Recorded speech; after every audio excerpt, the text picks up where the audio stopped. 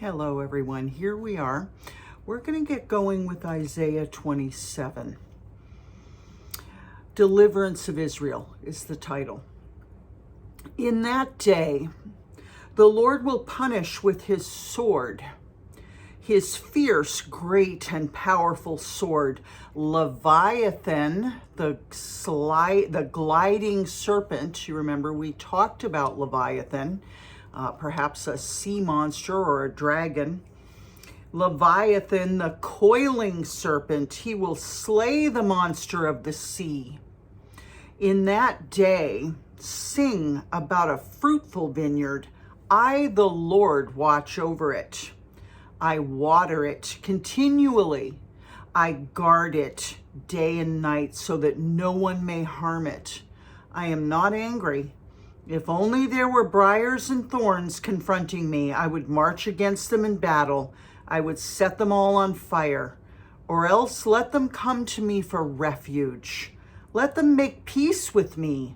Yes, let them make peace with me. Have you ever wished that? Have you ever wished that an enemy would just make peace with you and stop with the shenanigans? In days to come, although I think the Lord is talking about Israel, his children, in days to come, Jacob will take root, Jacob being Israel. Israel will bud and blossom and fill all the world with fruit.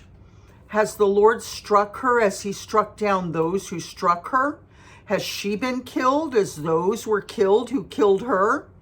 By warfare and exile you contend with her. With his fierce blast he drives her out as on a day the east wind blows. By this then will Jacob's guilt be atoned for, and this will be the full fruit of the removal of his sin. When he makes all the altar stones to be like limestone crushed to pieces, no Asherah poles or incense altars will be left standing. The fortified city stands desolate, an abandoned settlement, forsaken like the wilderness. There the calves graze. There they lie down. They strip its branches bare. When its twigs are dry, they're broken off, and women come and make fires with them. For this is a people without understanding, so their Maker has no compassion for them, and their Creator shows them no favor. So God's saying, I'm not even angry, but, you guys, you're not making peace with me, so you're barren. In that day, the Lord will thresh from the flowing Euphrates to the Wadi of Egypt, and you, Israel, will be gathered up one by one. And in that day, a great trumpet will sound. Those who are perishing in Assyria and those who were exiled in Egypt will come and worship the Lord on the holy mountain in Jerusalem. So this is a prophecy of repentance. I think we're going to look into that just a little bit, but let's finish up here. Isaiah 28. Woe to the leaders of Ephraim and Judah. Woe to that wreath, the pride of Ephraim's drunkards. To the fading flower, his glorious beauty set on the head of a fertile valley. To that city, the pride of those laid low by wine.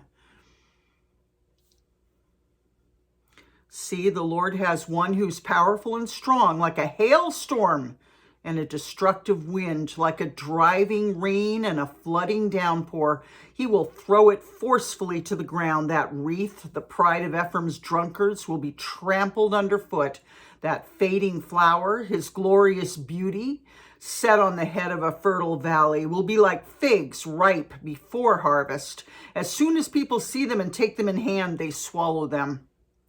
In that day, the Lord Almighty will be a glorious crown, a beautiful wreath for the remnant of his people. He will be a spirit of justice to the one who sits in judgment, a source of strength to those who turn back the battle at the gate. And those also stagger from wine and reel from, and these also stagger from wine and reel from beer. Priests and prophets stagger from beer and are befuddled with wine. They reel from beer. They stagger when seeing visions. They stumble when rendering decisions. All the tables are covered with vomit, and there's not a spot without filth. We're going to look into these, okay? Who is he trying to teach? To whom is he explaining his message? To children weaned from their milk? To those just taken from the breast? In other words, is he talking to infants? I mean, they can't even tolerate solid food. For it is do this, do that, a rule for this, a rule for that, a little here, a little there. Very well then, with foreign lips and strange tongues, God will speak to his people, to whom he said, this is the resting place, let the weary rest. And this is the place of repose. But they would not listen. So then the word of the Lord to them will become, do this, do that, a rule for this, a rule for that, a little here, a little there, so that as they go, they'll fall backward. They'll be injured and snared and captured. Sounds like man's law rather than God's grace. Therefore, hear the word of the Lord, you scoffers who rule this people in Jerusalem. You boast, we've entered into a covenant with death. With the realm of the dead, we've made an agreement. When an overwhelming scourge sweeps by, it can't touch us, for we've made a lie our refuge and falsehood our hiding place. You know, this sounds almost like how I jaw in my head sometimes about foolish people that are pissing me off, that are close to me, like notably my children. It's interesting, you know, the Lord has those emotions, and he's sitting here sort of making fun, mocking them, saying, you know, you boast we've entered into a covenant with death. Sort of like mocking their foolishness. With the realm of the dead, we've made an agreement. When an overwhelming scourge sweeps by, it cannot touch us, for we've made a lie our refuge, and falsehood is our hiding place. He's making fun of them. And I tend to do this too occasionally, and I have to stop myself from doing it. You know, I wish I could think of an immediate example of kind of the things that go through my head sometimes, where I just feel like I'm so angry at my kids that I'm making fun of them. And I know that you know what I'm talking about, because I'm sure you've been that angry before yourself. So this is what the sovereign Lord says. See, I lay a stone in Zion. Jesus prophecy. A tested stone, a precious cornerstone for a sure foundation. The one who relies on it will never be stricken with panic. So he's saying, you have you think you're so smart, don't you? But you're going to miss what I'm doing, because what I'm going to do is put the real cornerstone down there. You go ahead and you make your little covenants with death. Go for it. Hide in the lies. We have a lot of people doing that today, hiding in the lies. The one who relies on it will never be stricken with panic. I'll make justice the measuring line and righteousness the plumb line. Plumb is P-L-U-M-B. Hail will sweep away your refuge, the lie, and water will overflow your hiding place. Your covenant with death will be annulled.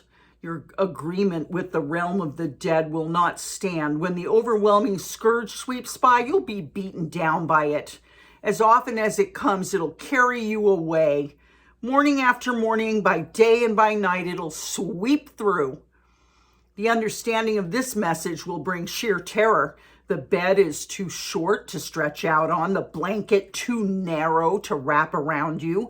The Lord will rise up as he did at Mount Perazim. He'll rouse himself as in the valley of Gibeon, to do his work, his strange work, and perform his task, his alien task. Now stop your mocking, or your chains will become heavier. The Lord Almighty has told me, Isaiah speaking, of the destruction decreed against the whole land. Listen and hear my voice. Pay attention and hear what I say.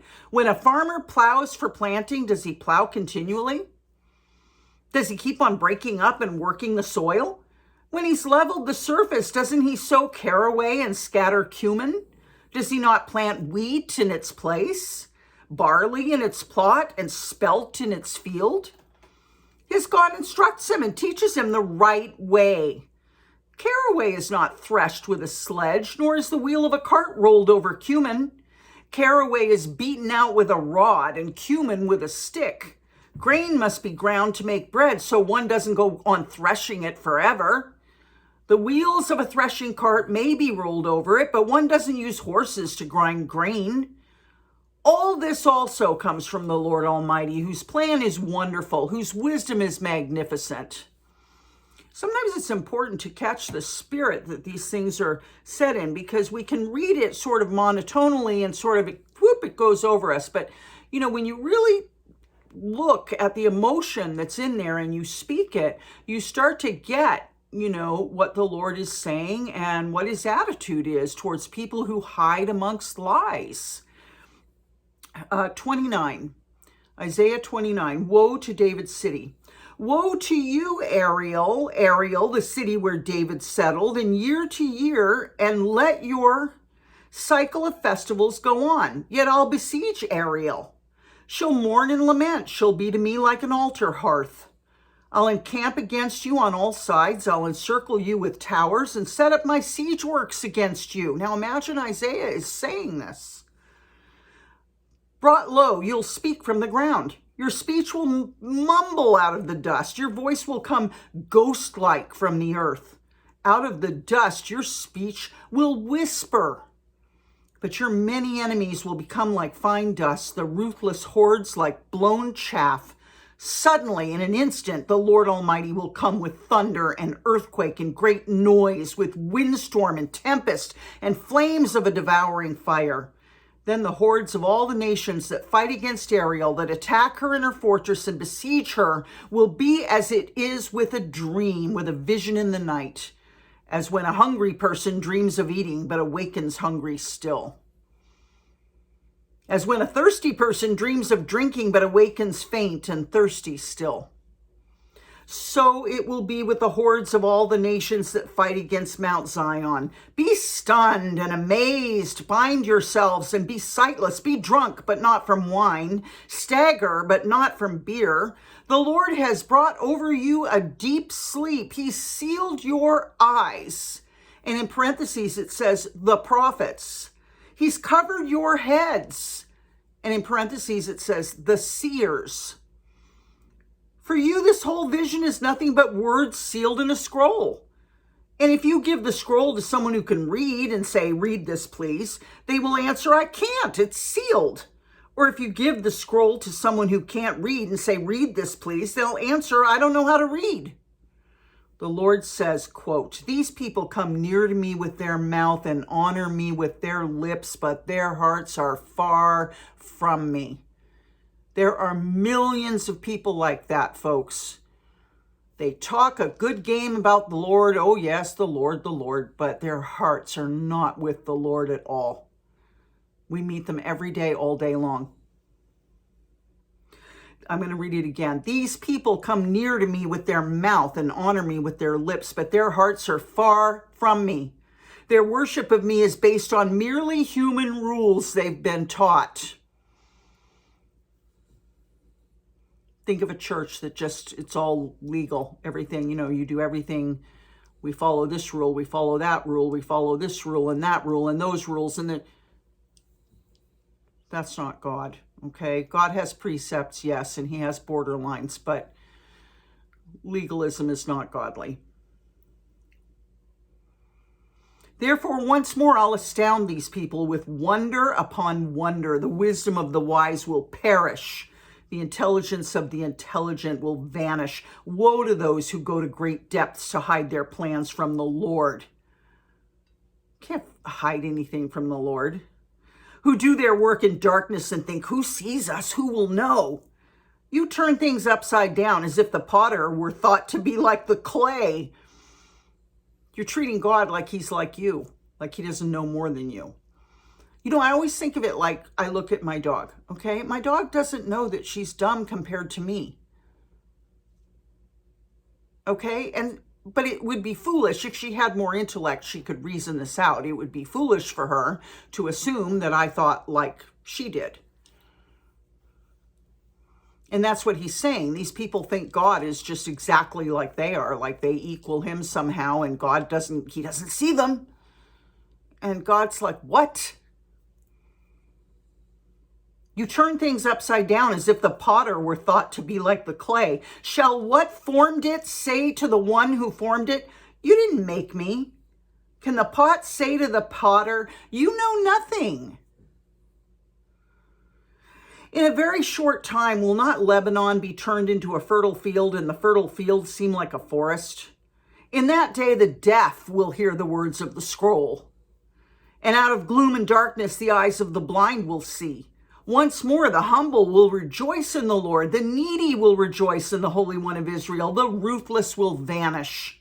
The mockers will disappear, and all who have an eye for evil will be cut down. Those who with a word make someone out to be guilty, who ensnare the defender in court and with false testimony deprive the innocent of justice. Therefore, this is what the Lord who redeemed Abraham says to the descendants of Jacob. No longer will Jacob be ashamed. No longer will their faces grow pale when they see among them their children, the work of my hands. They will keep my name holy. They will acknowledge the holiness of the Holy One of Jacob and will stand in awe of the God of Israel. Those who are wayward in spirit will gain understanding. Those who complain will accept instruction. All right, I want to go first to Enduring Word, which is Pastor Guzik. And I want to look at Isaiah 27. We're going to just do an overview of each one of these very, very simply, okay? So this one is 27. Let's see what the name of it was. It was Deliverance of Israel. Now, Enduring Word calls it Ordering the Kingdom of the Lord. It says here, in that day. This brings us back to the theme of Isaiah 24 through 27 in general, the day when the kingdom of the Messiah ultimately triumphs and rules. Okay, so that's what that's about. Isaiah 28 was titled, Woe to the leaders of Ephraim and Judah. So let's go to that one right now. And it says, a word to drunkards. Isaiah 28 begins an 8-chapter section mostly directed to the southern kingdom of Judah, since it's often most effective to address a sin present in a third party and then apply it directly to the person. Isaiah will first speak to the sin of Israel, then switch the focus to Judah.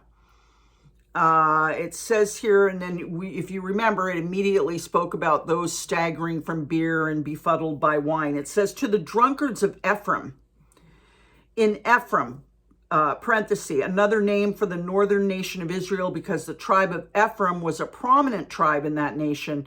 Drunkenness was a significant enough problem that the Lord directed Isaiah to directly address the drunkards of Ephraim. Okay.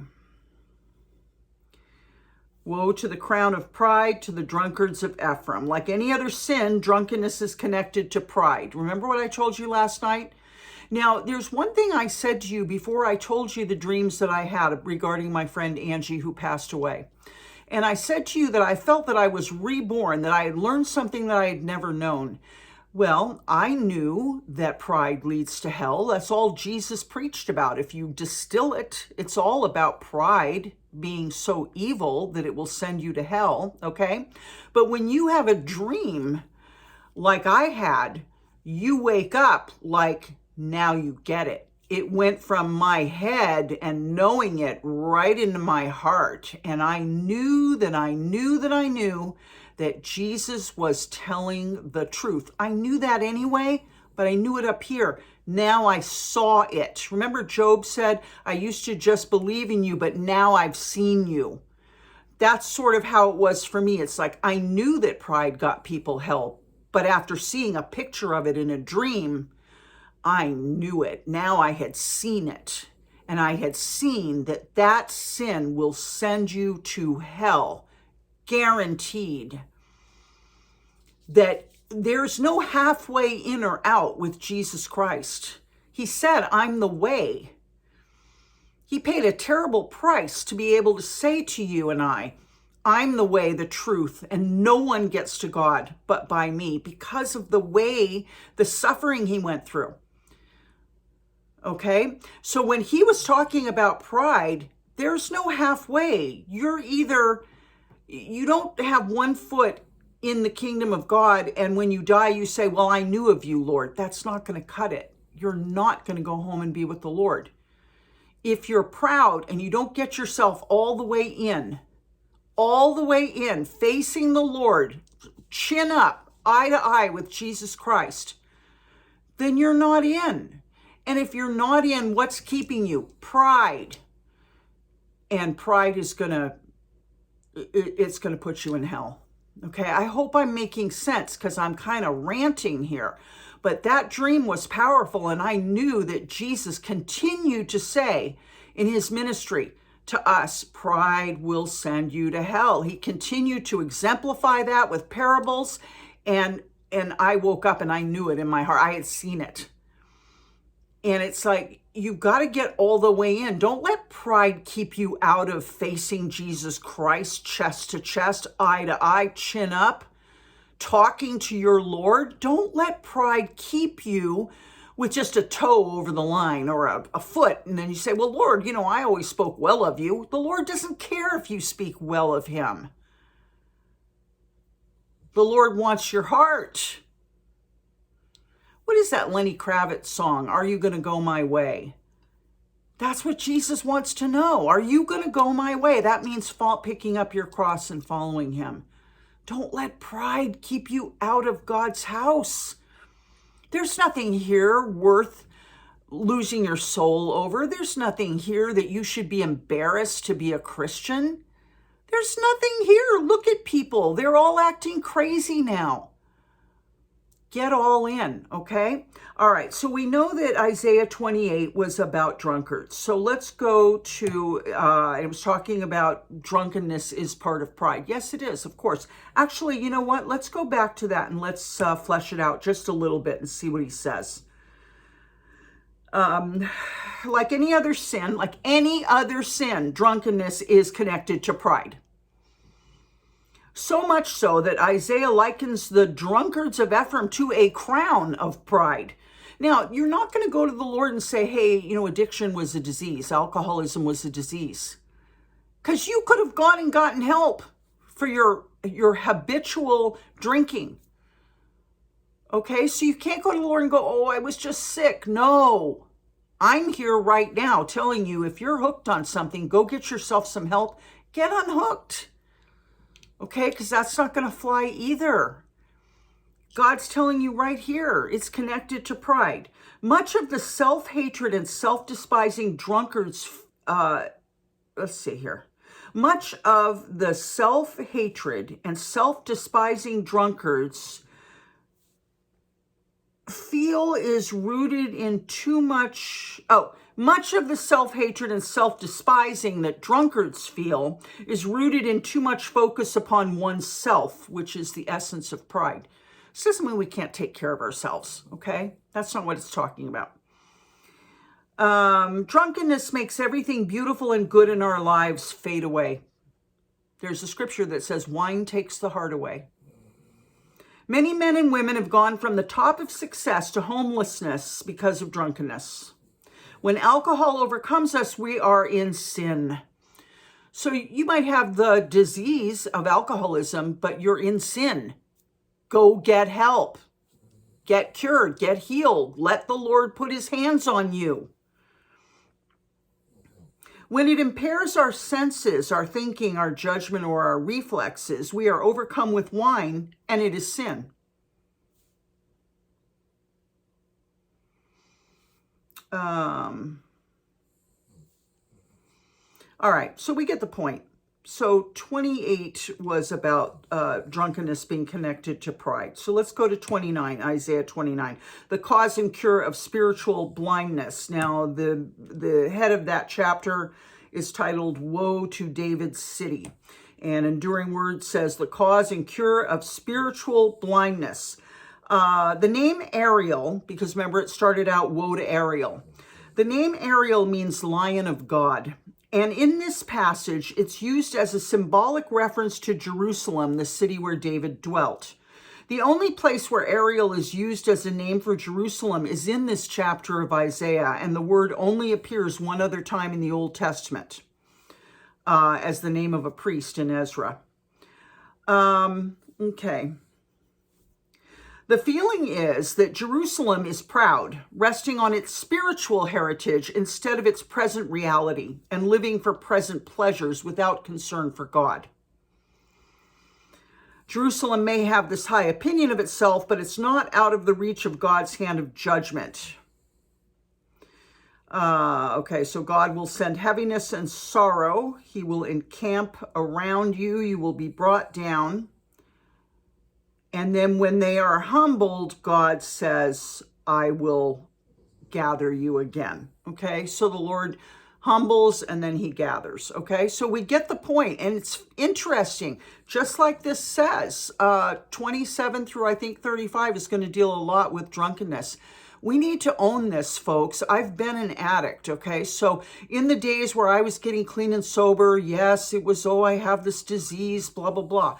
And that's great, okay? And I'm not saying it's not a disease. Sin is a disease. You know, I have a book called Sin, the Ultimate Deadly Addiction. And I love that book. I still have it. And I've had it for 35 years. I love that book. It's like it's just all sin, okay? If you got yourself hooked on alcohol, well, okay, you're hooked on alcohol. Now go get healed. Go find your healing and work your butt off and get away from it. Because it's not going to inherit heaven. There's not going to be drunkenness in heaven. Come on, guys. Bottom line is you're training yourself here so you're ready for heaven. We won't be bringing baggage into heaven. Yes, we're not going to be perfected while we're here, okay? It's a process. But the point I'm making is you're going to be, the process of becoming set free is happening here. And your ultimate freedom will be there, okay? I love you very much. Please take heed to these words. Seems like Isaiah has covered quite a bit already. I love you, and I'll see you tomorrow. Bye-bye.